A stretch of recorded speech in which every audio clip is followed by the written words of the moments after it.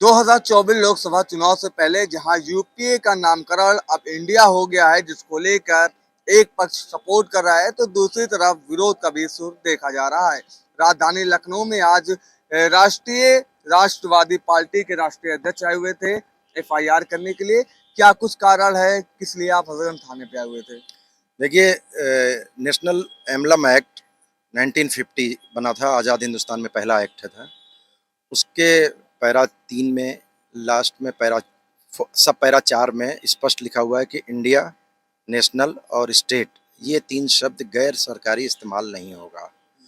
जैसा कि आप सबको मालूम है, मुझे भी कल पता चला कि विपक्षी गठबंधनों ने मिल करके 26 दलों ने एक नाम रखा है जिसका नाम है इंडिया। वो इस क्लाज का वायलेशन करता है। इस वायलेशन के 3 वजह हैं। पहला कानूनी पहलू है। कानूनी पहलू का मतलब हो गया कि वो वायलेशन का उल्लंघन किए हैं। आपको मैं बता दूं कि हाई कोर्ट ने 2014 में हमारे ही पीआईएल पे इस पे एक आदेश दिया था कि कंसर्न अथॉरिटीज़ इसको इंश्योर करें कि वायलेशन ना हो, और फिर भी ये नाम रखा इन्होंने। ये वायलेशन सामाजिक पहलू विद्वेष फैलाने का है। जैसे मैं भी एक पॉलिटिकल पार्टी का प्रेसिडेंट हूँ। हमारे पार्टी के लोग दिल्ली में, लखनऊ, यूपी में चुनाव लड़ते हैं। तो अगर एक पार्टी कोई कहती है कि नहीं साहब, वोट फॉर इंडिया, तो हमारी पार्टी क्या बोले? हमारी पार्टी को वोट देने वाले क्या बांग्लादेशी हैं, पाकिस्तानी हैं या अमेरिकन हैं? ये विद्वेष सामाजिक फैलाने जैसा है और बांटने जैसा है। आपने जैसे इंडिया की बात की तो स्टार्टअप इंडिया हो गया, खेलो इंडिया हो गया और तमाम सारी ऐसी योजनाएं हैं जो सेंट्रल गवर्नमेंट की तरफ से लागू होती है और आम जन के बीच में वो जाती है। तो उसको भी लेकर जो विपक्षी दल है वो कह रहे हैं कि इंडिया की तरफ से ये भी सब नाम रखा गया, तो इंडिया से इतनी चिढ़ क्यों है? और इंडिया की बात अगर की जाए तो इंडिया में I.N.D. ये सब है, तो इंडिया तो पूरा उसमें फार्मूला थोड़े ना है। हाँ, इसके लिए मैं स्पष्ट कर दूं, मैंने कई बार टीवी चैनल में भी देखा है कई लोगों को, उनको जानकारी नहीं है। मैं आपको 2 जानकारी देता हूँ। इंडिया टीवी, इंडिया बुल, तमाम आपने नाम सुने होंगे। ये तो आप गवर्नमेंट के नाम गिना रहे हैं, स्टार्टअप वगैरह। तो गवर्नमेंट को तो अलाउ है, इसमें लिखा हुआ है कि गवर्नमेंट के अलावा कोई नहीं कर सकता, ठीक। लेकिन नॉन गवर्नमेंट भी कर सकती है, जैसे उसके साथ में जोड़ करके किया जाए। अब्रहंस नहीं कर सकते हैं। पहले ही शब्द में लिखा हुआ है कि अब्रहंस नहीं किया जा सकता है किसी भी शब्द का, ठीक।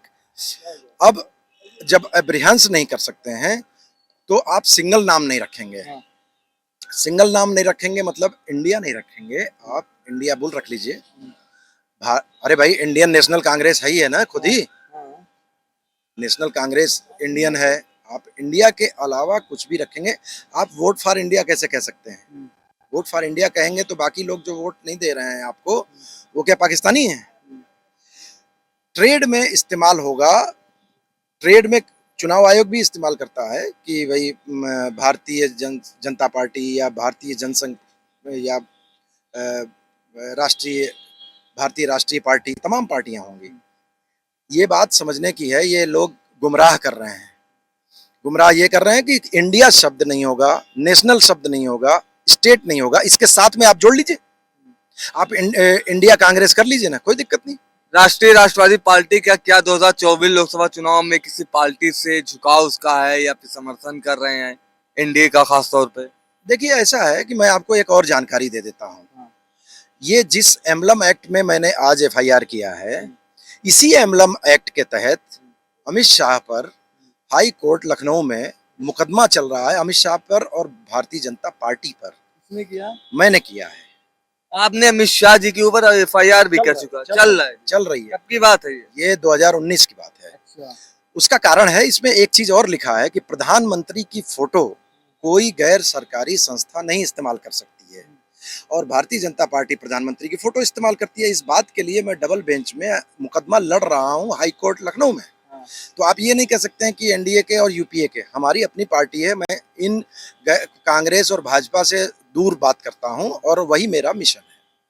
ठीक है, तो ये हमारे साथ थे राष्ट्रीय राष्ट्रवादी पार्टी के राष्ट्रीय अध्यक्ष, जो कह रहे थे कि जिस तरीके से विपक्ष ने इंडिया नाम दिया है वो पूरी तरीके से असंवैधानिक है, जिसको लेकर आज राजधानी लखनऊ के हजरतगंज थाने पे आए हुए थे और जहां पे इन्होंने तहरीर दिया है। आगे की कार्रवाई को लेकर ये पूरी तरीके से संतुष्ट है। देखना होगा कि आने वाले दिनों में क्या कुछ होता है। कैमरा पर्सन रवि के साथ मैं इरफान रिजवी, अवध एक्सप्रेस, भारत।